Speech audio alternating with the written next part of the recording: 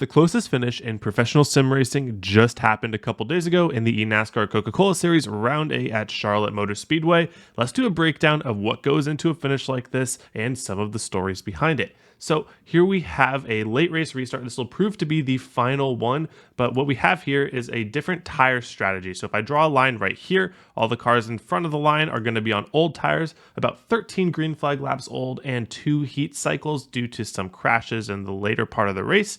And then behind here, we have new tires. Most of these cars are on only 2 fresh tires. Those would be the right sides, of course. And then a couple of these cars have some damage from a previous wreck. Specifically, Wyatt here was pretty heavily damaged, so he'll be falling back here. So we have up front here, the main contenders. We have Steven Wilson, Parker White, and Graham Boland. All of these guys have been dominating the race. They've been doing very well with their tires on the long runs, but they've found themselves having to be a little bit defensive on the strategy due to some of these cautions. And if they get one more caution here and maybe not going to green, white checkers, they should still be fighting for the lead. But if this goes green to the end, we might see some cars from the back start to use their tires to get up towards the front. All right, let's get going here. We'll see immediately the difference that the new tires have over the old, even if it's just about 13 green flag laps. So the first cars that I'm thinking of here are going to be we have Garrett Lowe here, but then also Jimmy Mullis here. And we can see Wyatt Tinsley falling back too.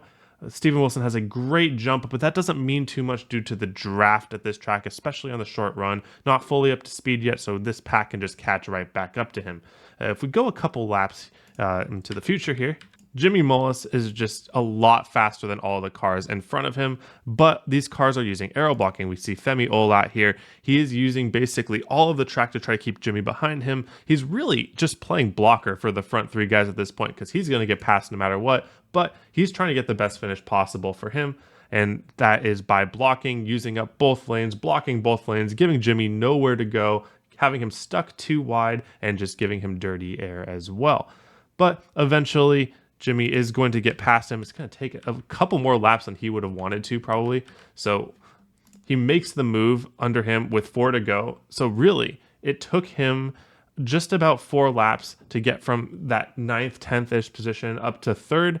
But from here on, it's the 2 leaders who are lined up. And immediately, he makes the dive under Parker White here. Even with the bit of dirty air that he would get from Steven Wilson there, it just seems like his 2 tires are too much for these cars to hold back. And really, it seems like Steven Wilson is a sitting duck right now. He needs a caution. That's really why these guys are blocking as hard as they are on the new tires, because the more that they block, the more time they give themselves to catch another caution, get a heat cycle on these new tires, and maybe have a better chance to hold them off in a green-white checker situation.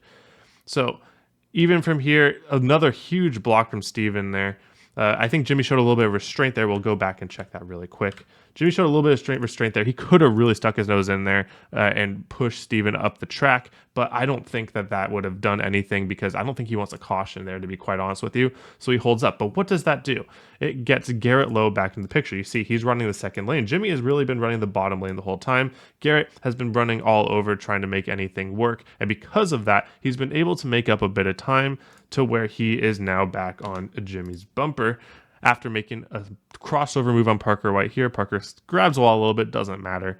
And right now we have the 2 fresh tires seemingly poised to pass the leader with 2 laps to go. Now, interesting thing right here, we might call back to it later. See how Jimmy Mullis cuts across the nose of Garrett Lowe, and this causes him to change his line a little bit, but it also shows how tight you can get. Look at his cars shoot up the track. Now, partially that is because of him just deciding to change lines, but he wouldn't have decided to change lines if he wasn't getting tight there to begin with. So just see how crossing over somebody's nose really gets them tight on corner entry. And finally, Steven Wilson checks up off the corner to avoid hitting the wall, and now we have a 1-2 with the new tires off the corner. Now, it seems like this is going to be, barring a caution, a 1-lap shootout between Jimmy Mullis and Garrett Lowe. But this isn't just a 1v1 with no history. If we go back to the eNASCAR Coca-Cola Series from Nashville in 2023, we see a similar 1-2 here. Jimmy Mullis and Garrett Lowe. Let's just play out what happens here. Garrett gets a really good run off the corner. I can't remember if he had a tire advantage here or not. I think he just had a really good run. Jimmy made a little mistake having to check up a little bit off the corner, and Garrett gets to his outside on the final lap. This should be easy win for Garrett. The momentum that he can carry around the outside should easily clear Jimmy, but Jimmy really pushes him off the corner. That he admitted it was pretty dirty, and Garrett felt like he had one taken from him. He didn't flat out wreck Garrett, which you can respect to a degree, but that move is a bit controversial. Me personally, it's for a Coca-Cola Series win. He didn't flat out wreck the guy. I don't think it's horrible, but I do think it's dirty. But I think if you want to win the race, it's necessary at that point. But I think what left a sour taste in some people's mouth is that Jimmy made a couple mistakes that put him in that situation to where Garrett Lowe could cleanly pass him. And Jimmy just said, nuh-uh, I'm going to win this race anyways. And that's his prerogative. But when we have history like that, and we go back to here, well, look at his face. He knows what's going on. He knows who's behind him. He's like, crap, this guy's going to wreck me for the win. We don't have goldfish brains. We remember 10 months ago getting wrecked for the win. Let's take a deep dive on what happens. Okay, so Garrett shows Lowe here. That's kind of a funny pun. I did not mean that. He shows Lowe, oh, I'm going to dive bomb you, Jimmy. You better not run outside, because if you run outside, I'm just going to slide job you, and good luck at getting back past me then. So by showing Lowe, Jimmy's like, okay, at the last second, I got to defend Lowe. So that's what he does. He's defending Lowe by defending Lowe. I'm sorry. I will stop making that joke. Well, guess what? It's a fake out, because Garrett now goes outside. He's like, haha, I went outside now. I'm going to have a run off the corner. Good luck defending me off of 3. You know I'm going to use my bumper. You know that I'm going to send you into 3. And Jimmy's like, oh no. Oh no. I can't believe that I let myself get faked out like that. But that's okay. If he runs a good corner here, he can chop the nose off, maybe get him a little tight off of exit. But I mean, it's a good corner by Garrett. He's just ripping the outside. This, to me, looked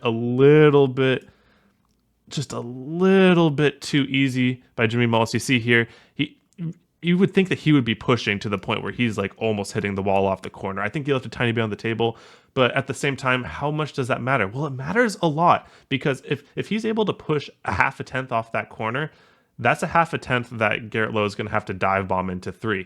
But that's okay. Now we're basically back to where we were. Going into the corner, Garrett at the last second dives low. He gets a little bit of nose under Jimmy. This means that he has this much clean air that he's getting. He's not getting full dirty air. And Jimmy was taking more of a wide arc approach into the corner. He was trying to cut off the nose, if you remember me talking about early. He's trying to cut off the nose of Garrett, get him tight before we even get into the corner, and he does not even have a chance to get to his bumper if he's arrow tight on corner entry. But the problem is Garrett is closer to Jimmy than he thinks. At least that's my opinion. I could be completely wrong here. But Garrett was able to send the corner just a little bit more than Jimmy is. And look at that. He's able to get into his bumper. Now, Garrett does exactly the right thing right here, because if you want to wreck Jimmy, what you do is you swipe across the bumper and you send him into the wall. And that doesn't really do anything for anyone. Garrett might still win because there's a huge gap to third place here. But all he needs to do, I mean, we're in a high pressure situation. You just put a little bit of forward momentum onto his bumper, and that's just going to get him a little bit off the groove. And that's exactly what happens. So he puts him in a situation where he has to save the car as opposed to fully driving off the corner. We get off the corner here, and I'll let this one play out. These cars just magnet with each other. These next-gen cars are just magnets, and boom. Did you see that? 1/1000th of a second.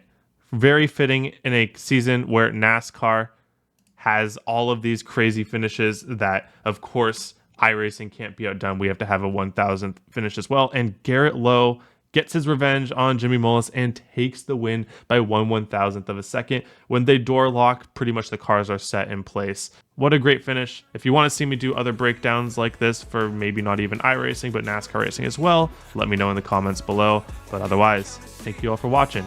Hope you have a wonderful day, and I hope to see you all on the track.